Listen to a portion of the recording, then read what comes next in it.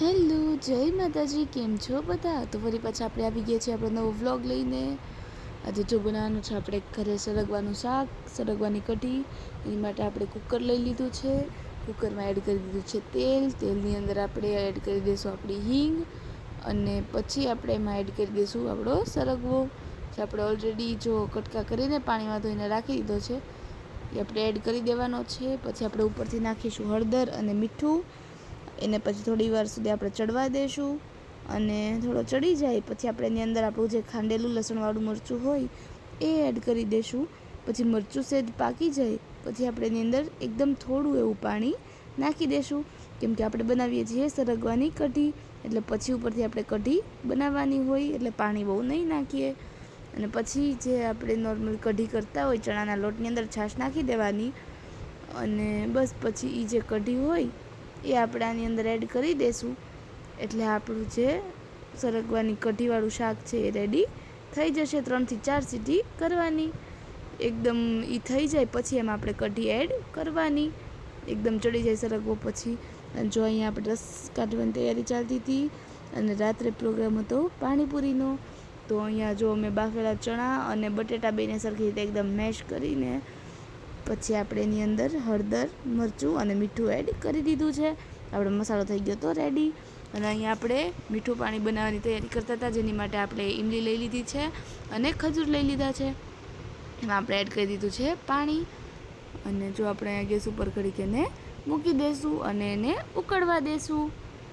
હવે એ ઉકળી જાય પછી આપણે એની અંદર મરચું, સેજ એવું સંચળ અને ખાંડ નાખીને એને બ્લેન્ડ કરી લેશું. અને અહીંયા આપણે તીખું પાણી બીજું કંઈ ઘરે નથી બનાવતા. આ જે પેસ્ટ આવે છે તીખા પાણીની ફ્રાઈલોની, એ જ તે યુઝ કરીને બનાવીએ છીએ. એકદમ પ્રોપર બાર જેવું પાણી થાય છે.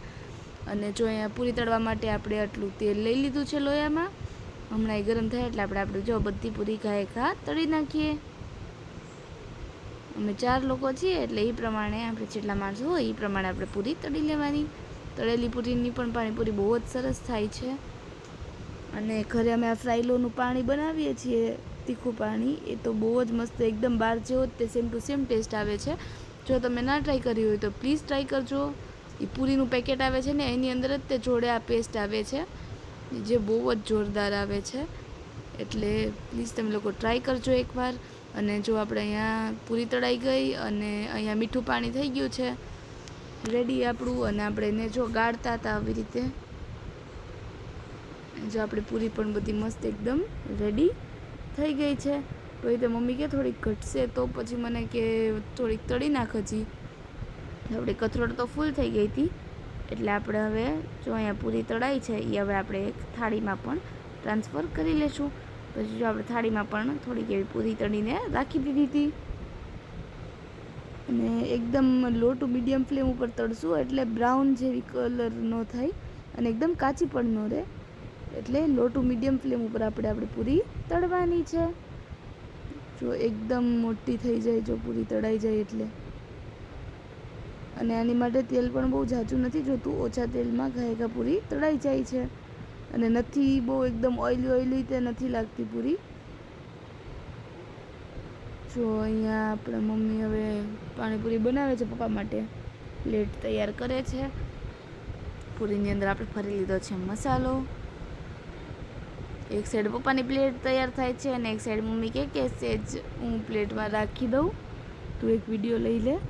એટલે જો ઉપરથી આપણે સેવ અને એકદમ ઝીણી ઝીણી સુધારેલી ડુંગળી અને ઘરનો જે છાશનો મસાલો આપણે બનાવીએ છીએ એ એડ કરી દીધો છે. અને જો અત્યારે આપણે બનાવ્યા છે રાત્રે રોટલા, તાંદળિયાની ભાજી અને ભાખરી. મમ્મી જારના રોટલા બનાવે છે.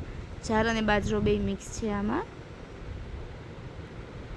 બાજરો એકલો જમીએ તો ગરમ પડે, એનાથી પછી ફેસ ઉપર પિમ્પલ્સ ને એવું બહુ થઈ જાય, એટલે જાર ને બાજરો બે મિક્સ કરીને રોટલા બનાવીએ છીએ. જો અહીંયા મમ્મી એકદમ મસ્ત ગોળ ગોળ રોટલો બનાવે છે. તાવડી એક બાજુ આપણે તપવા મૂકી દીધી છે, જોઈ શકો છો તમે.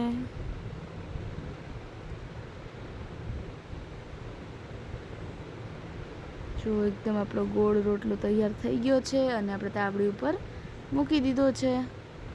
હવે આપણે એને ચડવા દેશું.